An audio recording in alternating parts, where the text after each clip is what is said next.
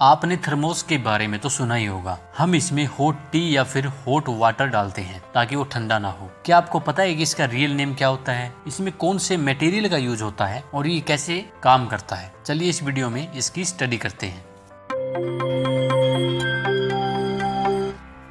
Thermos का real name vacuum flask होता है। इसका इन्वेंशन सर जेम्स दीवार ने 1892 में किया था। वैक्यूम फ्लास्क के बारे में समझने से पहले हमें हीट के बारे में पता होना चाहिए। हीट एनर्जी की फॉर्म होती है जो हॉट ऑब्जेक्ट से कोल्ड ऑब्जेक्ट की ओर फ्लो करती है। हीट का फ्लो 3 टाइप से हो सकता है, कंडक्शन, कन्वेक्शन एंड रेडिएशन। इन तीनों टाइप्स को आप डिटेल में समझ सकते हैं, वीडियोज का लिंक डिस्क्रिप्शन में है। एक एग्जांपल से हम तीनों टाइप्स के बारे में थोड़ा बहुत जान लेते हैं। सपोज आपके पास कॉफी का कप है, आपने इसे टेबल पे रख दिया, थोड़ी देर बाद कॉफी ठंडी हो जाएगी। ऐसा इन्हीं 3 टाइप्स के कारण हुआ है। चलिए इन्हें समझते हैं। कॉफी कप का टेम्परेचर टेबल के कंपेयर में ज्यादा है, इसलिए हीट का ट्रांसफर कॉफी कप से टेबल में हो जाएगा। Coffee cup and table direct contact में है, इसलिए हम इसे कंडक्शन कहते हैं। बिकॉज कंडक्शन में हीट का ट्रांसफर 2 ऑब्जेक्ट के आपस में कांटेक्ट में आने से होता है। कॉफी कप के ऊपर जो एयर होगी वो कॉफी से हीट को एब्जॉर्ब करेगी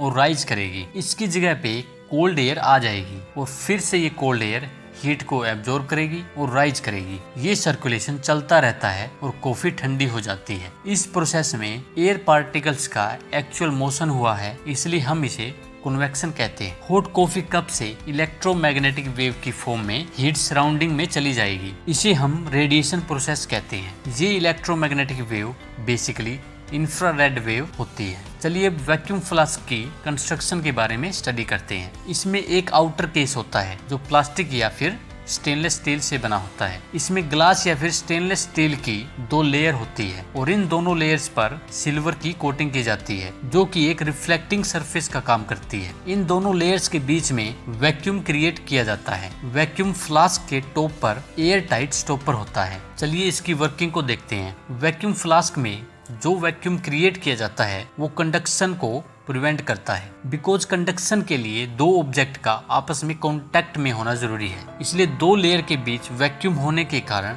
ये 2 लेयर कांटेक्ट में नहीं रहती और लिक्विड से एक लेयर से दूसरी लेयर में हीट का ट्रांसफर नहीं होता।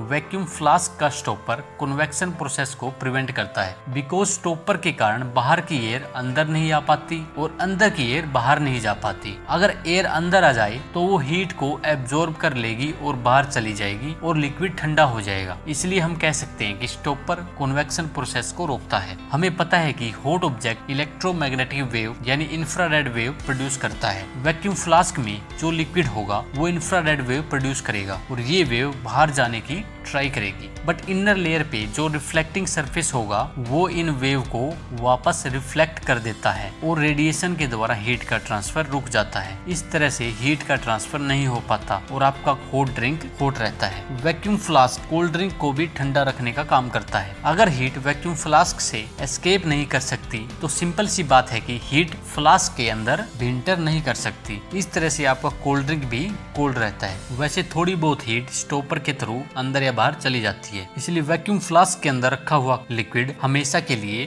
गर्म या ठंडा नहीं रहता। बट कुछ टाइम बाद अगर उसके अंदर आपने हॉट ड्रिंक डाला है तो वो ठंडा हो जाएगा, अगर आपने कोल्ड ड्रिंक डाला है तो वो गर्म हो जाएगा।